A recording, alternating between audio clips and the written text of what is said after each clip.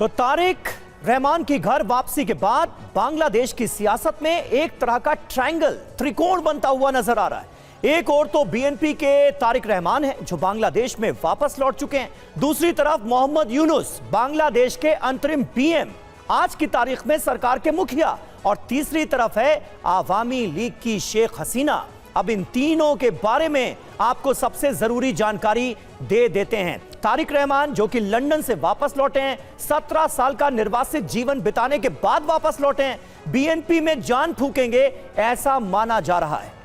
और वहीं मोहम्मद यूनुस की बात करें तो हिंदुओं पर अत्याचार का चेहरा बन चुके हैं यूनुस, पाकिस्तान का मोहरा भी हैं और कट्टरपंथी जमात का समर्थन भी कर रहे हैं।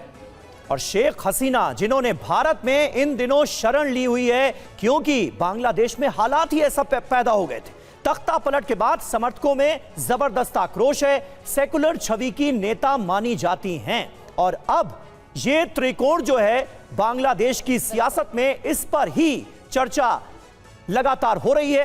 क्योंकि बड़ा सवाल तो यह भी है दत्ता सर कि क्या आवामी लीग को एक चुनौती बनने देगी बीएनपी? क्या तारिक रहमान इसके लिए तैयार होंगे? क्योंकि शोएब चौधरी साहब ने अभी सोर्सेस के हवाले से एक ब्रेकिंग न्यूज दी है कि तारिक रहमान खुद ये चाहते हैं कि आवामी लीग की चुनौती को बरकरार रखा जाए, उसे खत्म ना किया जाए, ताकि कम से कम लगे तो कि फ्री एंड फेयर इलेक्शन हो रहे हैं।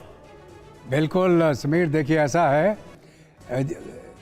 बांग्लादेश की पॉलिटिक्स के अंदर जब से 71 के बाद ये मुल्क आज़ाद हुआ, इसके अंदर उतार चढ़ाव चलते रहे, जिसके अंदर कि पहले अपने जो मुजीबुर रहमान थे उसके बाद उनका कत्ल हुआ, फिर एक मिलिट्री सत्ता उसमें आई, फिर दोबारा बीएनपी का गठन हुआ जो पहले वो भी पहले मिलिट्री के डिक्टेटर थे, बाद में उन्होंने बीएनपी बनाई, और फिर अवामी लीग दोबारा सत्ता में आई और लगातार एक डेमोक्रेटिक प्रोसेस के माध्यम से एक सेकुलर पार्टी और सेकुलर मुल्क के तौर पे बांग्लादेश का संचालन हुआ। मोहम्मद यूनुस की कोई स्टैंडिंग नहीं है, ना ये इलेक्टेड है, ना कोई किसी का रिप्रेजेंटेटिव है, इसको सिर्फ पैराशूट करके एडवाइजर टू द गवर्नमेंट रखा गया। As per the Bangladesh constitution 3 महीने के अंदर इलेक्शन कराने होते हैं जो फेयर होने चाहिए। ये 3 महीने के 1 साल खत्म हो गया, 1.5 साल हो जाएगा, तो मोहम्मद यूनुस का कोई स्टैंडिंग नहीं है। ये जान के जमात के जोर के ऊपर वहाँ पे गदर मचा के, लॉ एंड ऑर्डर की धज्जियाँ उड़ा के ये सीट में काबिज रहना चाहता था। तो चाहे बीएनपी हो, और बीएनपी एक डेमोक्रेटिक प्रोसेस के माध्यम से आएगी, अगर इलेक्शन लड़ेगी तो वो चाहते हैं कि एक और डेमोक्रेटिक पार्टी जो अवामी लीग थी, पहले भी अवामी लीग और बीएनपी ने मिलके, आपको याद हो जब एक मिलिट्री रूल चल रहा था वहाँ, उसके खिलाफ उन्होंने आवाज़ उठाई थी और फिर इलेक्शन लड़ा था।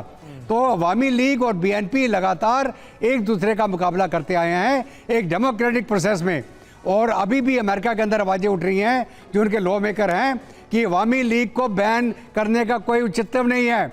आपने अगर शेख हसीना को आप इलेक्शन नहीं लड़ने देते हो, बात अलग है, अब उस पार्टी को बैन नहीं कर सकते आप। और सर आप अपनी बात जारी रखिएगा, ये तस्वीरें हम अपने दर्शकों को दिखा रहे हैं। ढाका एयरपोर्ट पर तारिक रहमान का विमान लैंड कर चुका है। वहां पर भी दिल्ली की तरह काफी स्मॉग और धुंध छाई हुई है, लेकिन तस्वीरें आप देख रहे हैं, ढाका एयरपोर्ट पर तारिक रहमान का विमान अब लैंड कर चुका है। ये सीधी तस्वीरें आपको दिखा रहे हैं। ये अपने आप में बहुत बड़ा डेवलपमेंट है बांग्लादेश की सियासत के लिहाज से, क्योंकि मोहम्मद यूनुस के आने के बाद बांग्लादेश जिस गर्त में जाता हुआ नजर आ रहा था, क्या उस गड्ढे से बांग्लादेश को निकाला जा सकेगा? ये एक उम्मीद बनती हुई नजर आ रही है प्रगति बांग्लादेश के लोगों के लिए।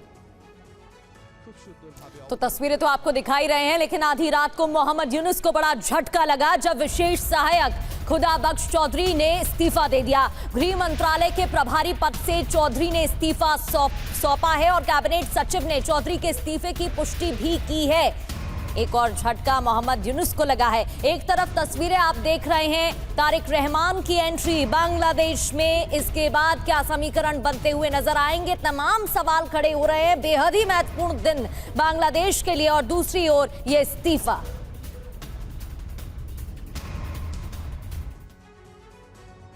तो हादी की हत्या के साइड इफेक्ट्स, यूनुस के सहायक की कुर्सी गई। पहला, इस्तीफे की असल वजह यूनुस का दिखावा है। अब यह पोर्ट्रे करने की कोशिश की जा रही है कि जिम्मेदारियां तय की जा रही हैं, इनकलाब मंच ने यूनुस सरकार को दी थी चेतावनी, जिसके बारे में कल ही हमने आपको डिटेल में बताया था। ये कहीं ना कहीं उसका असर है। बिल्कुल, और हादी के कातिलों को पकड़ने की चेतावनी भी दी गई।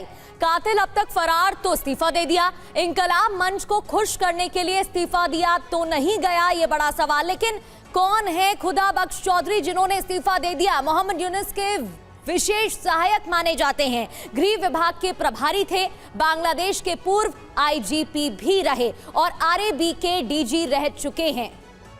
अब क्या होगा, सवाल यह भी है। सरकार में असंतोष बढ़ेगा, चुनाव की तैयारियों पर इसका असर पड़ेगा, राजनीतिक अस्थिरता देखने को मिल सकती है तब तक जब तक चुनाव नहीं हो जाता, नतीजे नहीं आ जाते। विपक्ष को इससे मजबूती मिलेगी, यूनुस सरकार की साख पर भी निश्चित तौर पर असर पड़ेगा।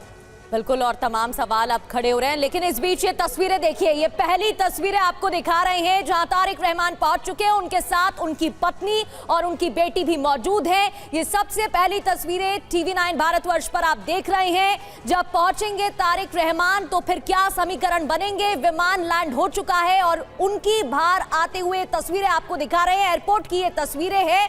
BNP के समर्थक कार्यकर्ता उनके स्वागत को तैयार हैं। जी हां, पत्नी और बेटी के साथ ढाका पहुंच गए तारिक रहमान। पहली तस्वीरें TV9 भारतवर्ष पर आपके सामने।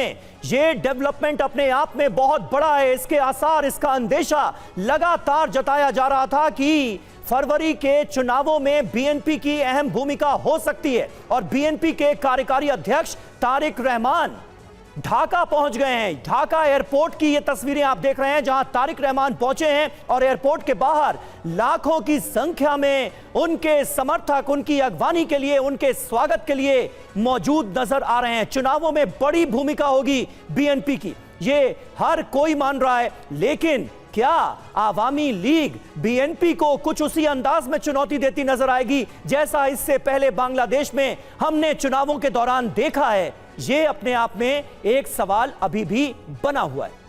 और शोएब चौधरी जी, ये तस्वीरें दर्शकों को हम दिखा रहे हैं जहां तारिक रहमान पहुंच चुके हैं एयरपोर्ट पर। इन तस्वीरों को देखकर यूनुस घबरा तो रहे होंगे, जिस तरीके से BNP के समर्थकों की भीड़ जुटी है तो घबराहट तो होगी कि आसिम मुनीर और उनका प्लान फेल होने वाला है।